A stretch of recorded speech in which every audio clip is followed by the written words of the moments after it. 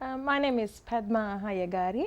I was born in Hyderabad in India, which is the capital city of the state of Andhra Pradesh, which is south of India. And I was raised there, went to college, did my undergraduate degree over there, and then got married. Halfway through the studies, got married, and marriage moved me from one mega city to another mega city, which is Bombay. Now it's called Mumbai.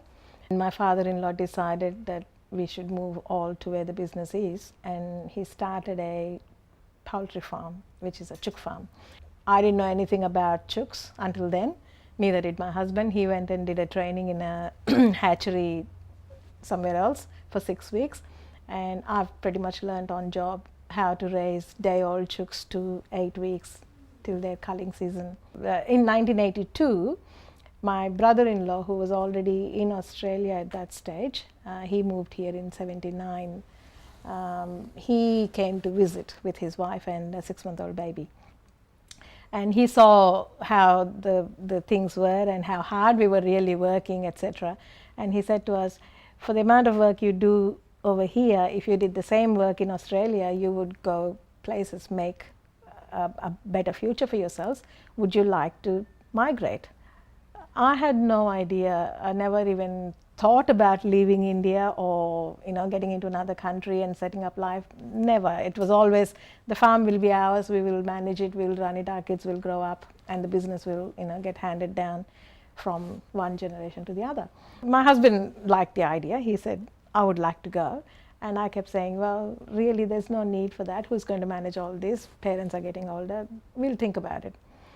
So my brother-in-law came back here, and he actually lodged the application for migration. At that time, there used to be the visa provisions for family reunion. 88 January, we got our visa granted, and we had about 3 months to leave the country. So 1988 March 12th, we left India. Alitalia Airlines. It was coming from Rome, Mumbai, Melbourne. We came with 2 suitcases, 2 children. All the spare change in our pockets would have amounted to $40 probably, converted. And the tickets and all were organized by my brother-in-law from here to India. We probably had about a couple of $1,000 debt. That's our start in Australia. We landed in Melbourne, 5 o'clock. It was cold, rainy. So coming from there, the cold and the lack of people and the quietness and I was used to the quietness, but it's a different kind of quiet. It was all quite a shock. So then the next step for us was to settle in as quickly as possible and find jobs so we can get up on our feet, pay this debt back, and then start our lives, basically. The very first job that my husband had was delivering pamphlets up on Forest Hill on a bicycle. So we were business people back in India. We had people working for us, right? And my very first job, 2 months after I came here, I started looking. It took me that long to settle in with the kids. And it was funny with the kids too. Neither of them knew any English. They could only speak our mother tongue, which is Telugu, and a bit of Hindi they could understand, which is the national language. But neither of them knew a word of English. And they had 2 cousins about the same age. They didn't know any other language than English because they were born here.